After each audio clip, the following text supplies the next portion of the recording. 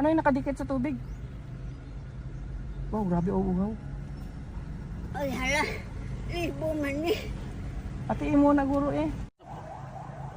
Ay, salamat. Nay! Kamusta ka? May man. Damdam ko pa.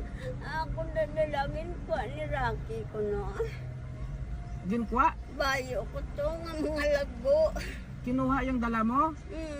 Ano ginay mo uda? Gapamulot. Ay, ato na isa kasako pagkag po niyo.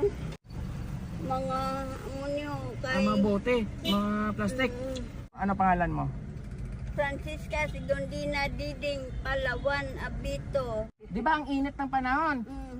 Oh, nauhaw ka. Mm. Sige, pili ka dito. Tubig o soft drinks? Tubig lang. Sigurado ka na sa tubig? Oo, anak ko mo. Tubig lang. Tubig na lang.